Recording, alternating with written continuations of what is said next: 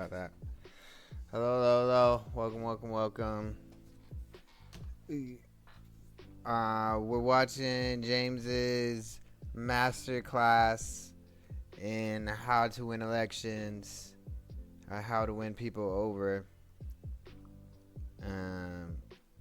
Texas. All right, let's watch it. Yeah. Honestly, James, I don't think you're going to do anything. We've heard it before, drain the swamp, eat the rich until they get voted, and then they're just rich people swimming in the swamp. Here's where I agree with you. We need way more investment in our communities here in America. How? It's why I fight. How? It's why It's why I fight for. How do we need to invest in those communities? Yeah, Barbara Jordan, a great Texan, she said, if you're not at the table, you're on the menu. And so the argument I'm making with this claim is if young people in particular aren't at the table in this election, we will continue to be on the menu in 2027. My name is James Talarico. I'm a Texas state representative, former middle school teacher, and Presbyterian seminarian, running for the U.S. Senate to take power back for working people. And I'm surrounded by 25 undecided voters here in the great state of Texas. My first claim is that cuts to healthcare and food assistance hurt all of us.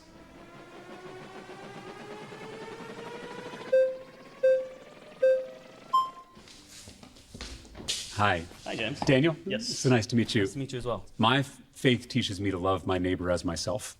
In fact, all the major world religions teach something similar, that we should treat others as we want to be treated, the golden rule.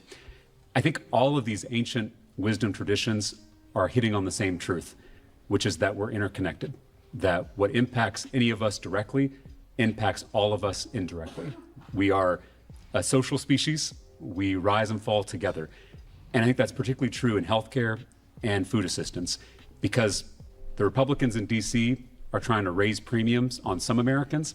That will end up raising premiums on all of us. Right now, they're cutting food assistance for hungry kids and working parents. That's going to end up raising grocery prices for all of us. And so they may think that they're just attacking some Americans, but in fact, they're attacking all Americans. I want to focus on the religious aspect because Sure. I agree. Yeah.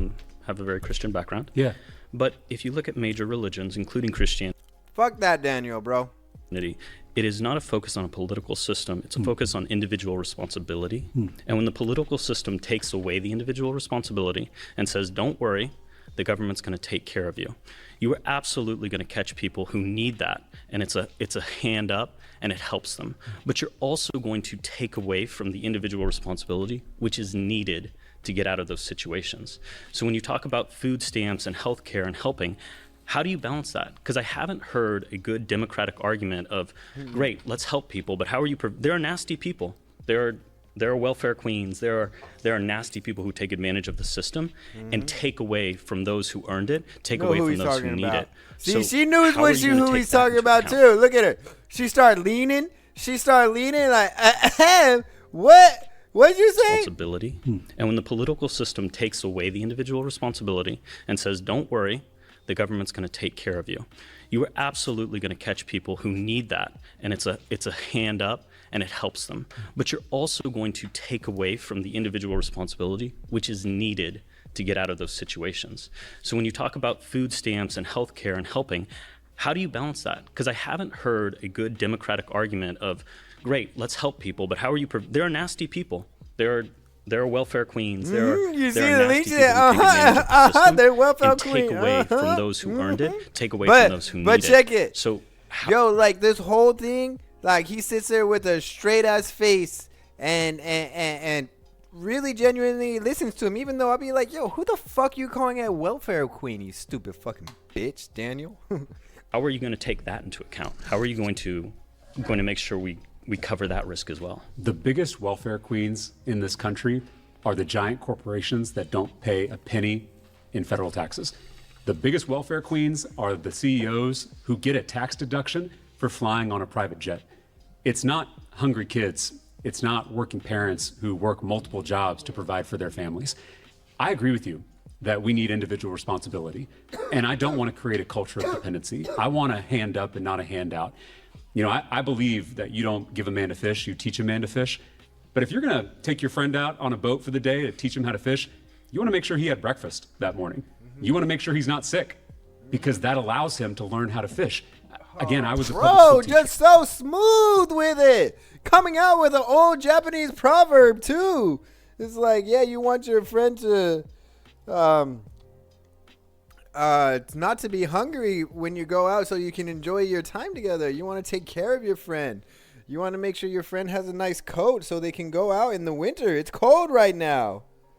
It's cold out here. Like, yeah, we want to make sure your friend has some boots he can go out into the snow with, you know? Oh, you want to go skiing with your friend? Your friend doesn't have fucking skis. Like, yeah. God damn, James. So I saw how when kids showed up hungry, they couldn't learn that day.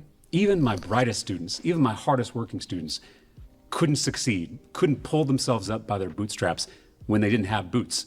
That's what I'm trying to fix in this country. We don't want dependency. We want to reward hard work.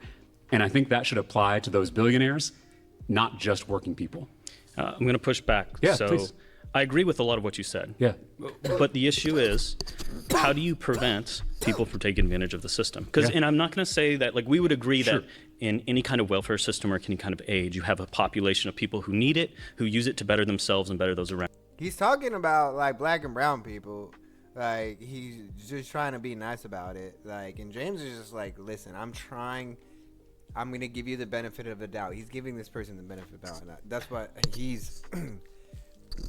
James is so genuine for that. Around you. You also have a population of those who abuse it, and because it's there, it's harmful to them because they're uninspired to live up to their potential, and it's harmful to everyone else because they're a leech on society. And we could, I think generally we would disagree on the percentage of how much is this group and how much is that group. That's okay, but how do we prevent this group from taking advantage, not only of those of us who are hardworking and make a good amount of money, but those that really need the aid, who get a bad reputation because of these shitheads over here. So this has actually been studied, and the fraud rates for SNAP, the food assistance program, and for Medicaid are shockingly low.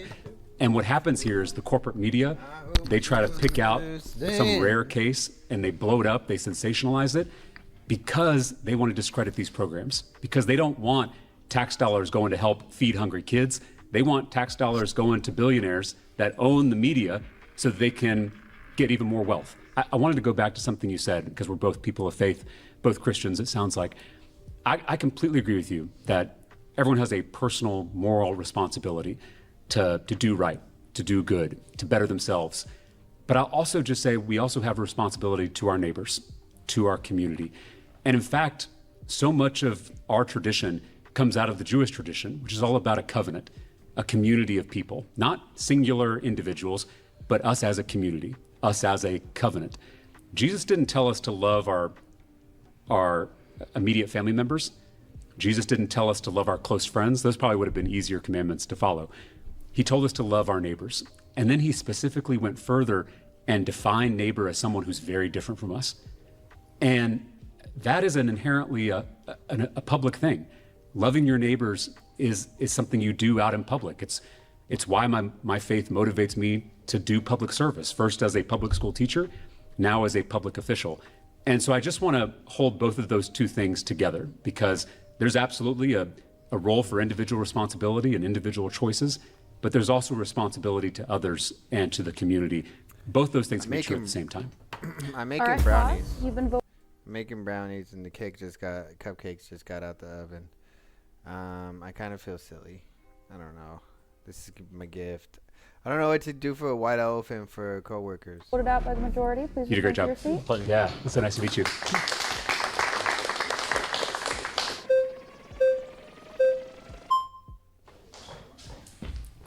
Hey, Stefan.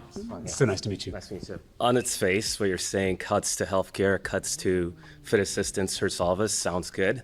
But if you look at it at the inverse, increases to healthcare and increases to food assistance doesn't help all of us. And the reason why is we have a bloated healthcare system where a lot of the money that goes into it gets accrued to the intermediaries, the companies delivering these services, the consultant class.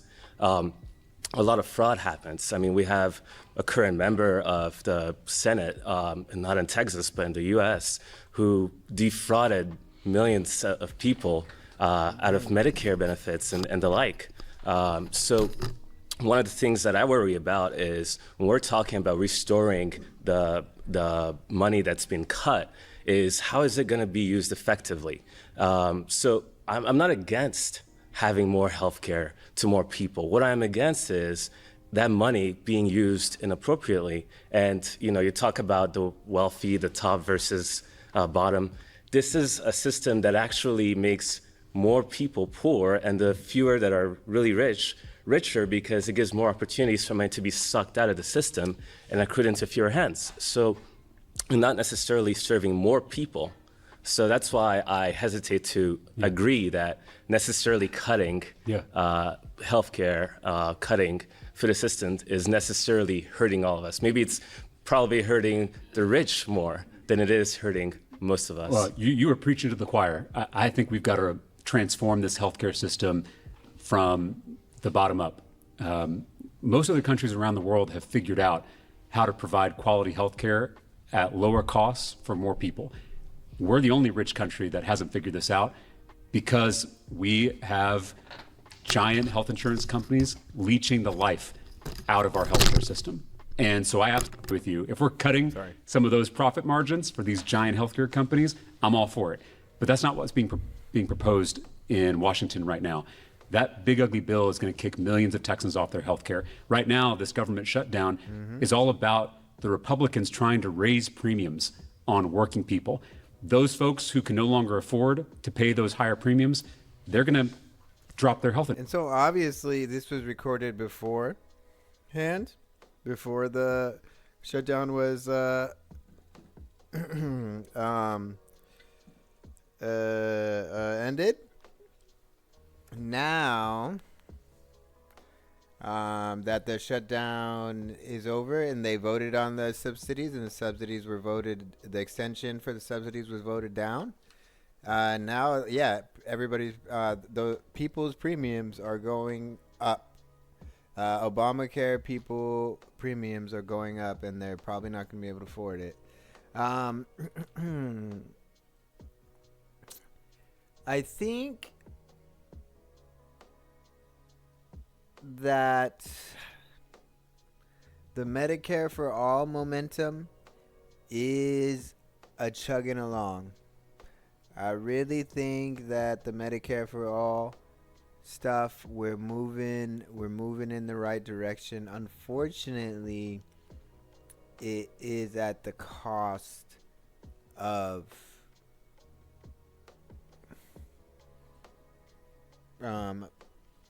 people. There's a human cost behind where this momentum is coming from. Insurance. Those folks are no longer going to get their screenings. They're no longer going to get their checkups.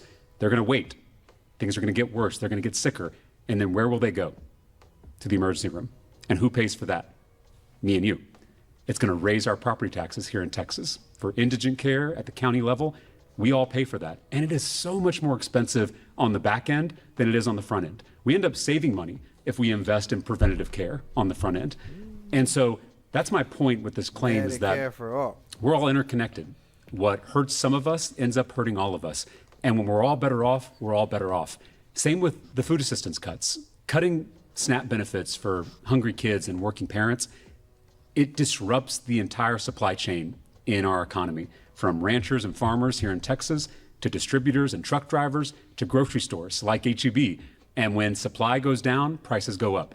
So because the Republicans in D.C. are cutting food assistance for poor folks, it's now going to make grocery store prices even more expensive for everybody.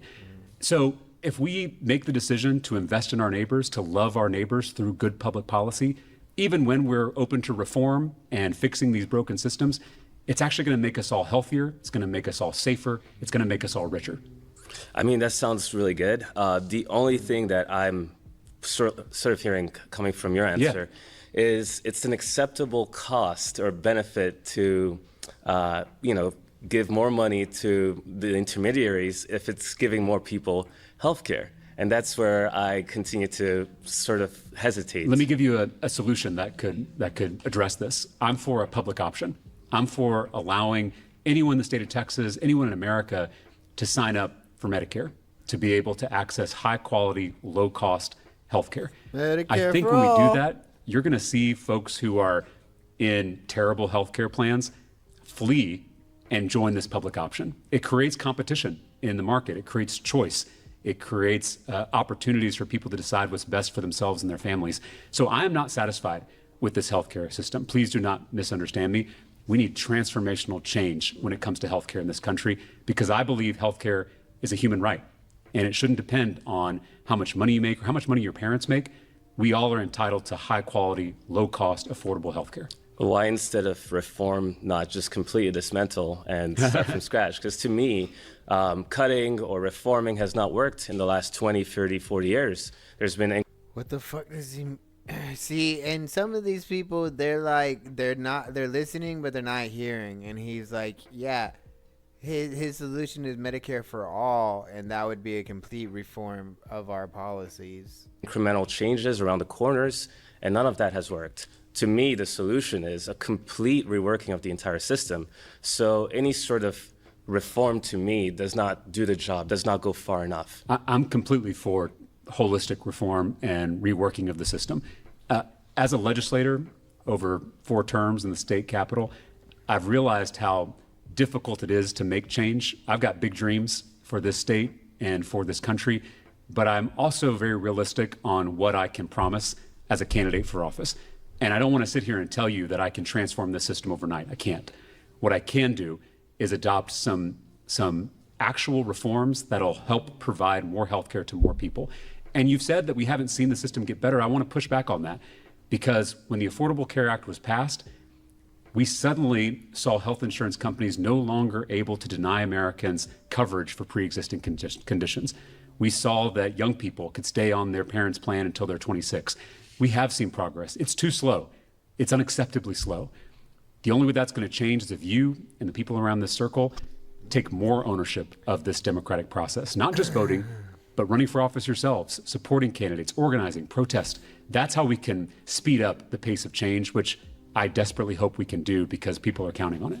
All right, pause. You've been voted out by the majority. Great job. Return to your seat. Yeah. Thank you.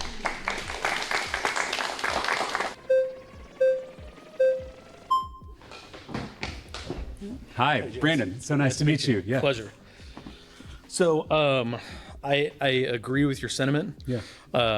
However, what I've seen over the last 2 weeks or so, I live in East Texas. Yeah. So when the SNAP benefits were being cut, I made a post on a Facebook group out in our area, and it received more love and support than I've seen through communities. So I think that I agree that the benefits being cut is a very, very bad thing. That we should definitely be doing everything we can to help the people who are in need.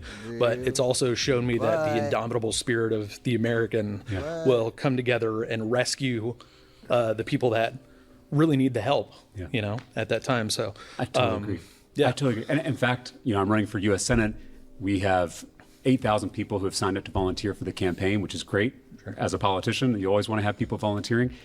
But when these food assistance programs were cut, we decided to channel all of that volunteer energy away from our campaign and into food banks all over the state of Texas. We had a bunch of Team Talarico volunteers at the San Antonio and Houston Food Bank, helping to make sure that we were taking care of our neighbors. Sure. I'm trying to go a little further with this claim and say not only is it the right thing to do, it's also the smart thing to do. Sure. Because when we cut these programs that provide a lifeline to our neighbors who are struggling, it ends up allowing them to be more productive. It allows them to give their gift. I believe every person is made in the image of God. Sure. Every person has something unique to give this world. And when we make sure that everyone has enough to eat, we make sure everybody is healthy, people are able to give that gift. Sure. And that ends up benefiting all of us. I really do believe that the next great business idea is trapped in the mind of a kid in poverty on the west side of San Antonio. I think the scary part for me is that what we're witnessing right now is that these programs that are designed to help people and designed to help further our communities can be used as weapons, as threats that if this bill doesn't get passed, we're going to cut, we're going to cut healthcare, we're going to cut, funding for food for children. I mean, my problem is that there's so much partisanship in politics now, where it feels like the politicians that we have in office right now don't necessarily care what the issue is. They just care about the outcome, which is my party wins, the other team loses. So what would be your plan to work with the other side? I've had to work across the aisle to get stuff done, and I have. So I want to tell you a story. When I was running for this seat in the state house, I was 28 years old, healthy guy, and I decided to walk the entire length of my district from Round Rock, Texas to Taylor, Texas, 25 miles. It was a long walk. It was all in the Texas heat. Yep. Halfway through the walk, I started to feel fatigued and nauseous. I actually threw up a couple times in the last half of the walk. Somehow I finished it. My family got concerned. They took me to the ER. The nurses tested my blood sugar. I don't think I'd ever had my blood sugar tested before. They told me that a normal blood sugar is 100 or lower. Mine was 900. I was in a state of diabetic ketoacidosis. Yeah. They told me that I had type 1 diabetes. I didn't even know what type 1 diabetes was, to be honest with you. I went to Walgreens to pick up my first 30-day supply of insulin, this new medicine that I now needed to live, and it cost me $684. Yeah, it's crazy. For a 30-day supply. And I And soon James, learned... if you want to buy that same bottle of insulin for your dog, it's $25. Well, and so here in Texas, after I got elected, I worked with people with diabetes all over the state. I found out that people were rationing, skipping their doses. Some of them were dying because they couldn't afford it. Right. And I was able to work across the aisle with my Republican colleagues to pass the first ever cap on insulin copays in Texas history. Sure. So from $684, even with insurance, we capped it at $25. Yep. So now, through public policy, we're going to make sure that people with diabetes can live a long and healthy life. This system is broken. Yep. This healthcare system Absolutely. is broken. Progress is way too slow. But when we come together, when we actually believe progress is possible, we can make people's lives better. And that's the whole purpose of politics. Sure. All right, pause. You've been voted out by the majority. Great job, Look at bro, man. He's a solid middle school teacher, my guy. Like, I would have loved to have him as a middle school teacher. Yeah, thank you. Damn, smooth operator. Smooth. Hi, Maria. Hi. Yes, So nice to meet you. Okay, This so I want to lady, low key, I was watching a Law and Order, and it was about like this guy dying suspiciously in a hospital, and turned out the nurse was a little racist and might have didn't tie a fucking vein or something, and he bled out. Yeah, she low key reminds me of that. go back to kind of what you guys were saying. Yeah. You were saying that through your faith, charity and giving is part of what makes us all run. And I think that the issue here is that the charity and the love is important, but it's not something that is in government. I think it's something that is moral and civic education, and that's very much needed in order for us to live in a just and free society. But government isn't where you put the charity, because the thing is, I was a former social worker before I became a stay-at-home mom. Yeah, good. And I worked with a lot of people, adults and kids. And one of the things that I've seen is like when people are on food assistance for too long, and I think something like 30% of SNAP beneficiaries stay on it long term, it kind of perpetuates and keeps them in poverty rather than helping them out of it. And if we're missing a big middle class, we're talking about like the poor kids that obviously should have food, but there's a big class outside of that is struggling and doesn't have the food assistance. So I don't think it's a government I hear you. thing. So I was just talking about a scripture that guides me, and that's Matthew 25, about how we're judged and how we're saved. I forgot to add that judgment is not just on individuals, it's also on the nations. So it is both us as people, it's also us as communities. And whether or not our communities, our nations, our governments are caring for the poor and the hungry and the widow and the orphan. So if you look through the entire Bible, particularly the Hebrew scriptures, there is so much criticism of kingdoms and empires and governments for not doing right by their people. So many of the Hebrew prophets called out the powerful, the people who are in charge. The difference is today we live in a democracy. We don't live in an empire. And so we are making these decisions together. And when we decide as a country, through the consent of the governed, that we want to pitch in to make sure that the most vulnerable people have what they need to succeed and fulfill their potential, I think it's a beautiful thing. I think it's a very Christian thing to do. There are so many politicians who talk about making this a Christian nation until it comes to feeding the hungry, until it comes to caring for the sick, until it comes to serving the poor. You talked about people being long-term on food assistance. I would say the reason for that is because we haven't raised the minimum wage in this country in 15 years. Here in Texas, it's still a little over $7 an hour. We allow these giant multinational corporations making record profits to pay people poverty level wages.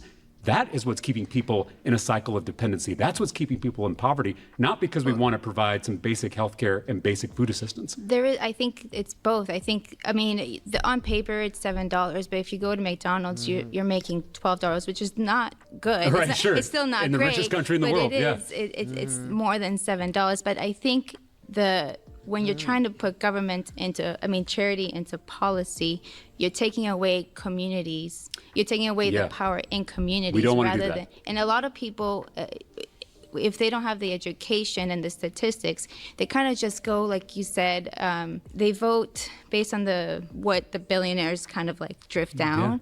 But what's needed there is the education piece in keeping policies or putting more money into systems that are keeping people. And you missed him before, honey. Were you paying attention? Where he's like, if they can't learn if they're hungry. They can't learn if they ain't got shoes on their feet. They can't learn if they ain't got a backpack to take their school books in, honey. That's what we want. People longer into poverty. James just has more patience for these people. Or keeping them there isn't going to be We want to helpful. lift people out of poverty. Right. We want to end poverty. We want to make sure that everyone can contribute what they have to give to this economy, to this country. That's the goal. And I think the way we do that is by unrigging the system, because working hard no longer pays. It really doesn't. You can work multiple jobs and still not get into the middle class. That's what we have to fix. And you're right, it's not just government. It's also churches and nonprofits and community groups. It's all the above. All of us have to be working to make sure that every single Texan, every single American can fulfill their God-given potential. All right, pause.